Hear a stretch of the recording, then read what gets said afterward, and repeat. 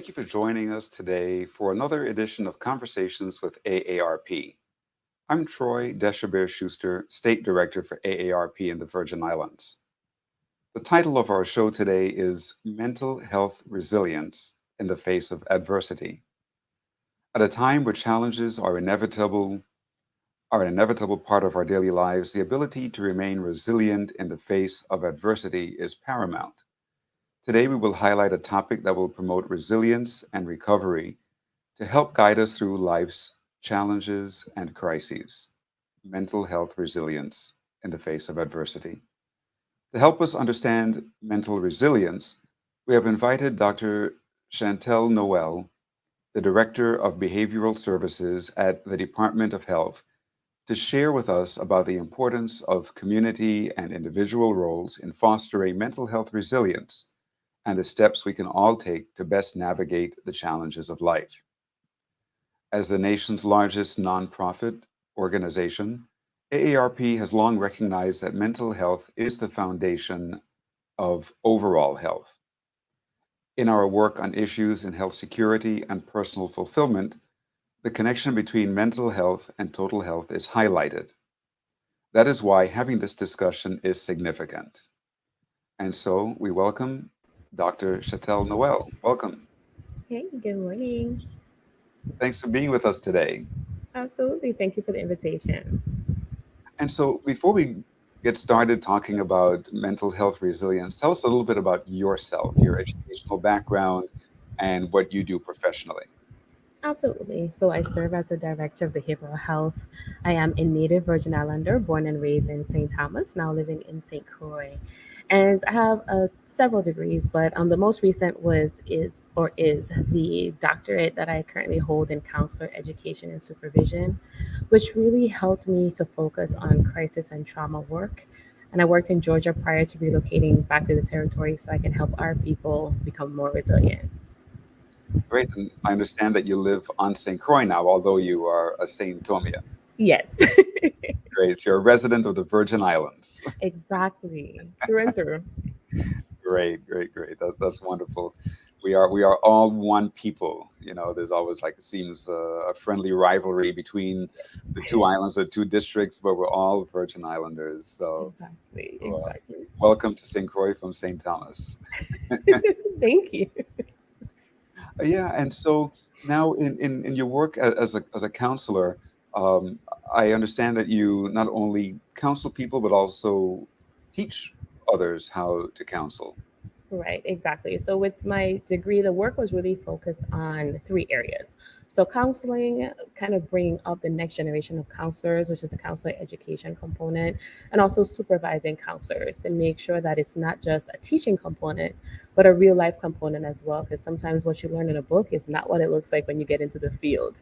So, the degree really helps all three areas to enrich not just yourself, but also future generations of the profession. And that is so very important because especially as the world continues to evolve, there's so many more challenges and there's so much more need for counseling. Yes, absolutely. I think we're preparing individuals for jobs that don't even exist yet. So we all need someone to check in with when our resources become overwhelmed. Yes, and I always tell everybody who will listen to me, please have a counselor, a psychologist. Hmm. That's how to keep yourself healthy. A lot of people Absolutely. think, oh, I'm not going to a psychologist because I ain't crazy. Hmm. We hear that all the time, right? Or Yes. I'm not going to a psychiatrist. I don't need that. Or I'm not going to a counselor. No way. I can I can pray, I can talk to God, I can talk to my Hmm. friends. Well, yes, all of that is important. Hmm. Prayer, talking to your friends, all of those are very, very important. But it's also so important to have somebody who is well trained, who Right. knows about psychology, who knows about counseling, a professional who can be a third person objective, who you can speak with, bounce things off of, process what you're going through. And that's the way we stay healthy. Absolutely. So it's great to tap into your faith. It's great to turn to your loved ones, but sometimes even their resources are depleted. So, from a professional standpoint, we are individuals who have the training, who have the necessary tips and tools that you may have exhausted on your own that can help you in a non judgmental environment. And looking at what we see around us here in the Virgin Islands, the news is filled with reports of violence, especially gun violence, and so many reports of people being shot, people being murdered, people succumbing to injuries, even if they're an innocent bystander who may be hit with a bullet. Uh, how do you think that's impacting the emotional well-being of our territory?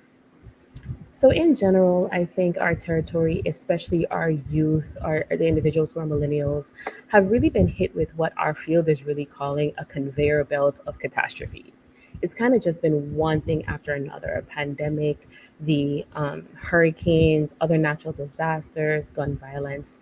And essentially, you don't really get a break in between the crises. So, what we have been kind of telling the community in both preventative and intervention initiatives is that you're affected even if you don't feel it right now.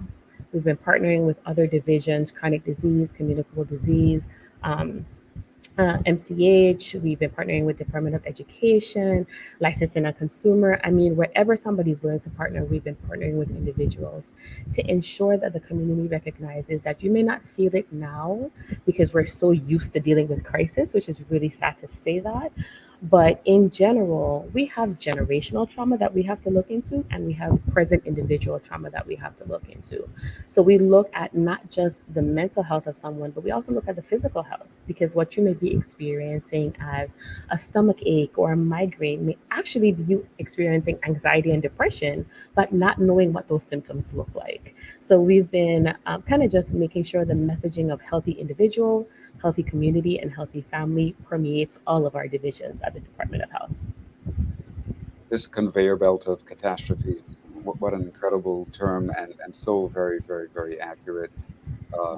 As I mentioned, everything from violence to hurricanes and threats of hurricanes and earthquakes. I felt an earthquake here in St. Croix not too long ago that the epicenter was way north of St. Thomas, but it shook my home, and it shook me emotionally, right? Because you don't know what's coming next, and there's so much that we have to deal with, and especially our children. I remember when I was a child, growing up here was so very safe and pleasant, and you could go anywhere with your friends and not think about safety. You could go out to the nightclubs and hang out down by what we call the Roach Coach, the food trucks until 3 and 4 o'clock in the morning. You could come home when the sun is rising, and you never had to worry. You can go to the village and everywhere, and there was never the fear Right. of being shot or being attacked or being caught in a crossfire or whatever. And now it's so difficult. And back when I was a child, you would drive around and go through various neighborhoods and see many children outside playing in the street, riding bicycle, riding a skateboard up and down the place, hanging out. And now you go through so many neighborhoods and the children are inside, Yes, and absolutely. that's so very difficult. What kind of effect do you think all of this is having on children? I think part of the issue, we're so known for a village raising a community, right? So to your point, when I was young, I was a little girl, so I wasn't allowed outside too much. But I do remember playing on my staircase and playing right in front of my home with the neighbors' children. My sisters could tell you they're older than me, but they can tell you it kind of dwindled as it got to my age. But all the neighborhood children would be in our area because we lived right next to the Candy Lady, and everybody goes to the Candy Lady's house. Yeah. So we had this sense of community that we only really see now during crisis. And like I said, we're so used to crisis that that's the only time we really get together. So I've been blessed that when I moved over to St. Croix, I have an incredible neighbor who I get to talk to all the time. And, it's an older family, but, they always engage us and have always been welcoming. But there are no children in the house. The children don't go outside. And I think pair that with the technological advances that our children see now, they're playing their video games, they're on the TV, they're on social media. And sometimes I say, just go outside, go see what it's like. The sun is a great thing if you put on sunscreen. But the mentality is so different, not just from parenting and a safety standpoint, but from children not seeing entertainment in things like marbles and jacks and jump rope, the things that we played when we were younger. So when we go into the school systems, we have to find creative ways to not only bring back the old time fun that we had, but also to pair this new technological advances to say things like, if you see a baseball game on TV, try to recreate that game outside. Or if you're doing something technologically, if you're like playing a video game, try to join it like an after school program or after school club, just to pair those things together because we cannot heal in isolation.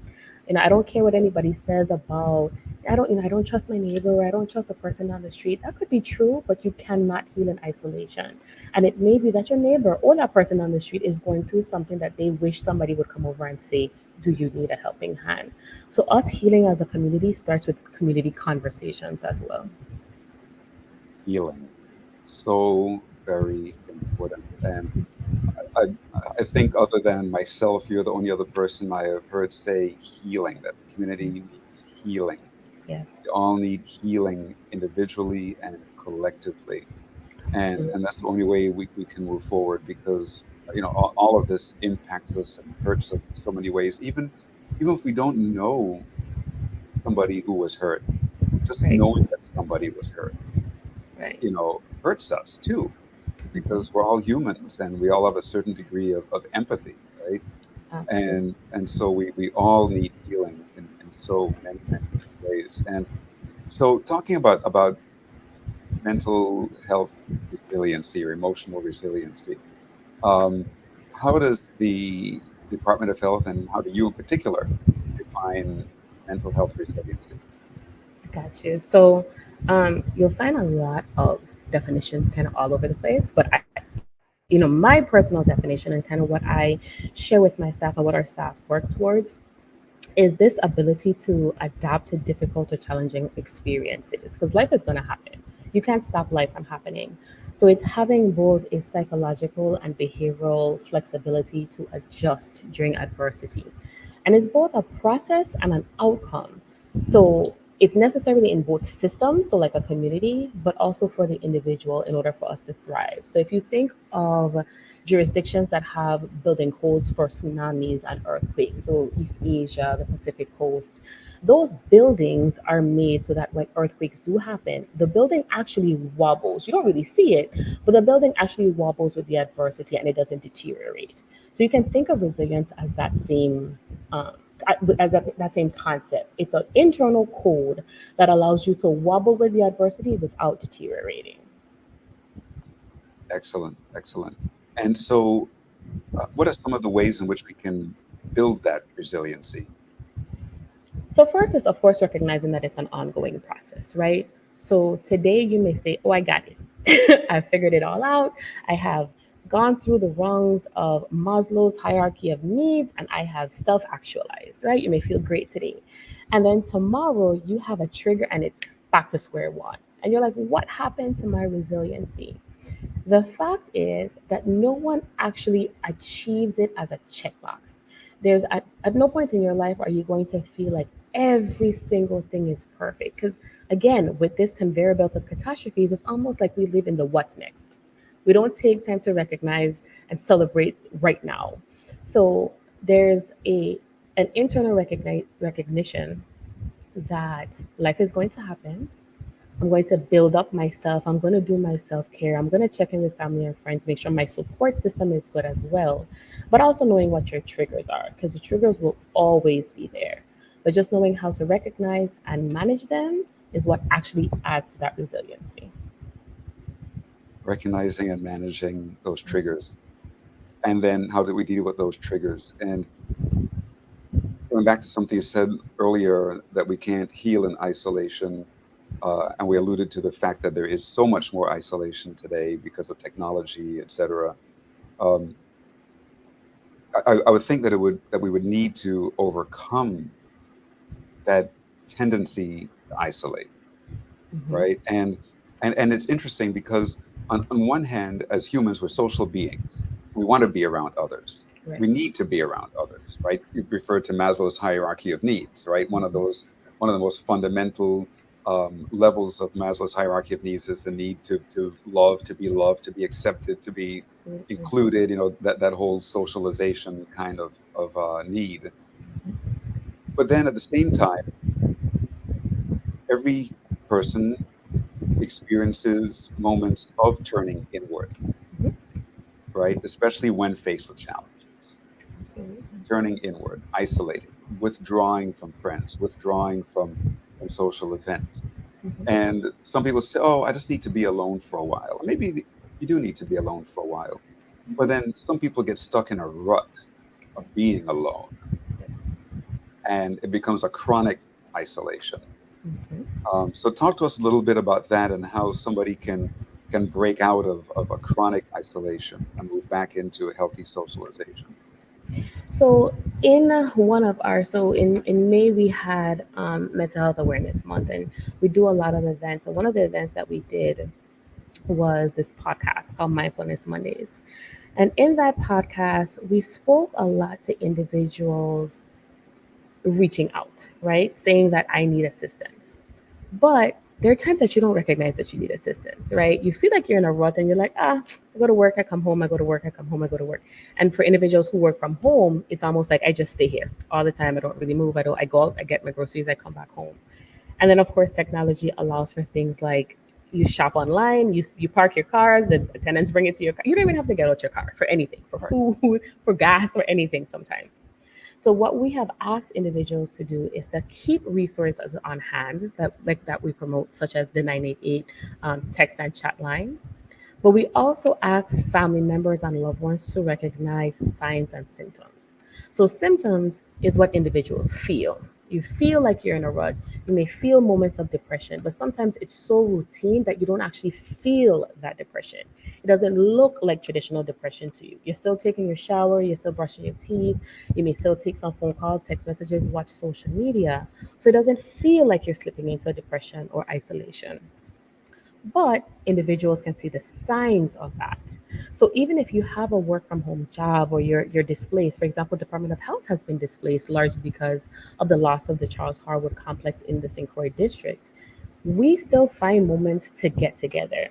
We still have events where we're pulled out of our house and the commissioner says, no, you need to come to music therapy Wednesdays or wind down Wednesdays or things like that.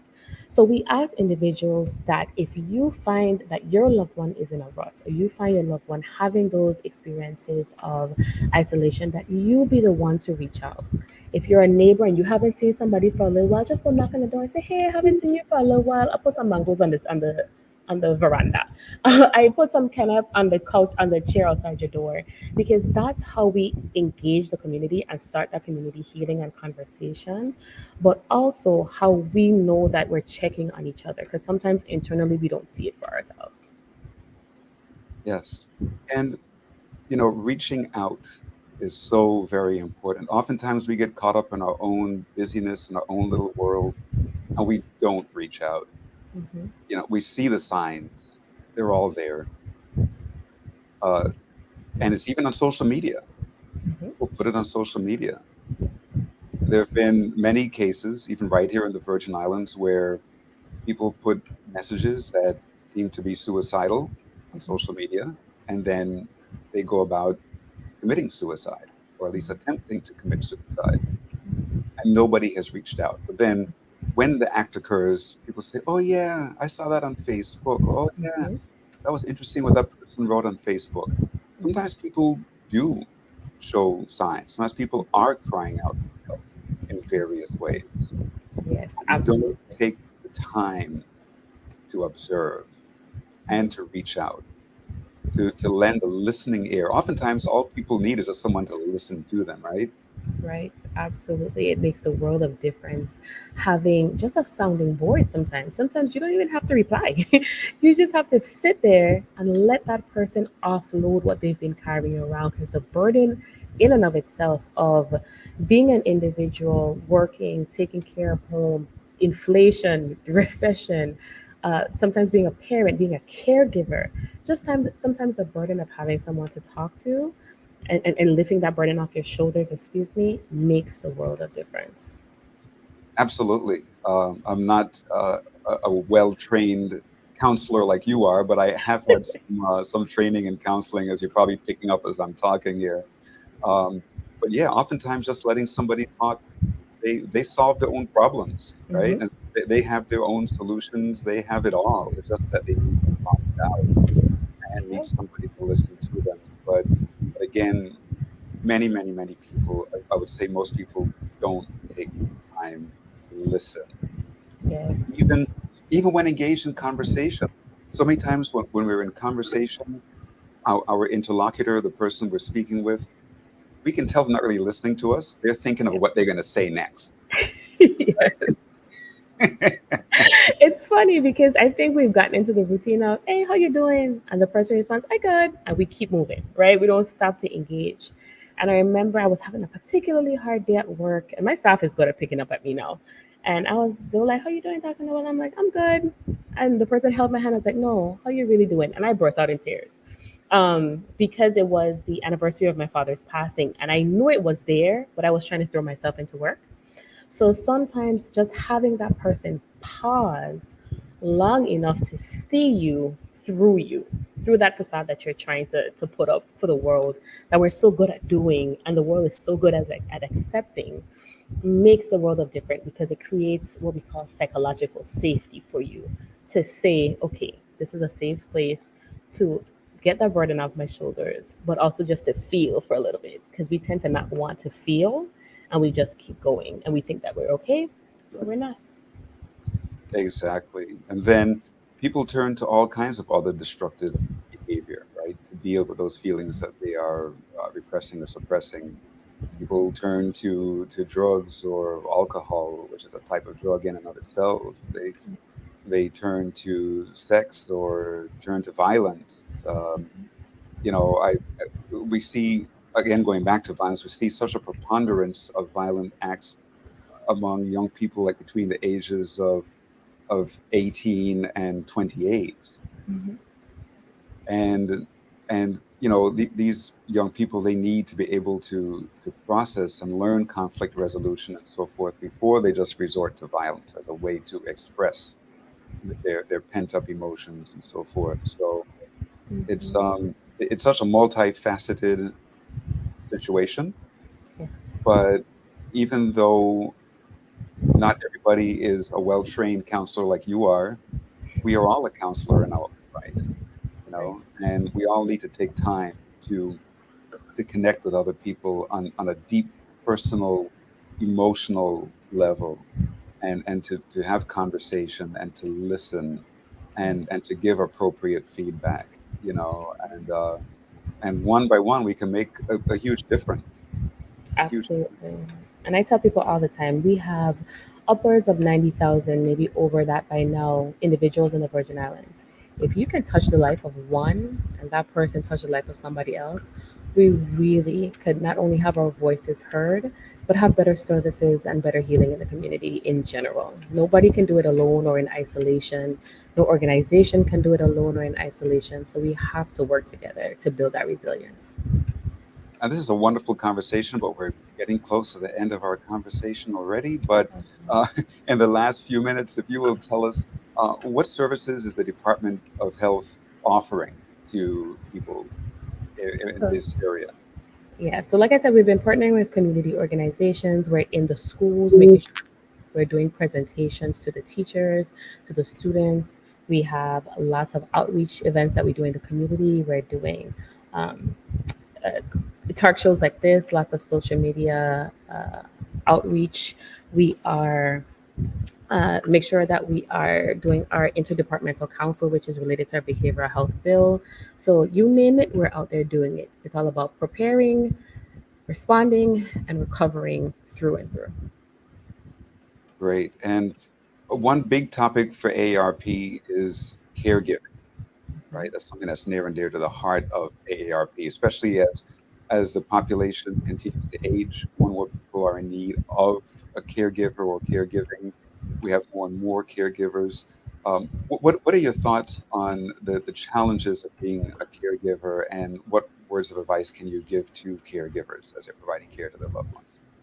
Absolutely. So I think the first step for caregivers in general, whether it's aging parents, young children, is recognizing that in totality, you are just as important as the loved one that you are assisting. I can tell you when I became a parent to a premature son at the height of the pandemic, I forgot who I was. I didn't accept help. I didn't tell people that I needed help. And again, I had somebody ask me, "How are you?" And the tears just came. So you have to make sure that you are doing your routine. You are seeing the doctor. You are seeing your therapist. You're tapping into support groups. Nobody is better than individuals with lived experience because they're the ones that can tell you, hey, this is a tip that I did. Taking small, manageable steps, concrete steps to ensure that you check off your list and the things that can roll over to tomorrow will roll over to tomorrow. You're not perfect. Things will fall through the cracks. Give yourself grace. Make sure you're tapping into somebody wants to come visit just for an hour. Let them come visit just for an hour because it makes a difference when you could go outside, exhale, grab some KFC, go back to your house, take care of yourself, get a load of laundry done. Those things matter. So making sure that you're taking care of self because without taking care of self, you're unable to provide for that person and you're chipping away at your own mental and physical health if you're not checking in with yourself. Absolutely. And not only is it important for caregivers to care for their self, but for every single human being. Right? There's an old saying that goes, charity begins at home. Yes. And so, we have to love ourselves. We have to take care of ourselves, not in a selfish sort of way, Right. because then that becomes destructive on various levels.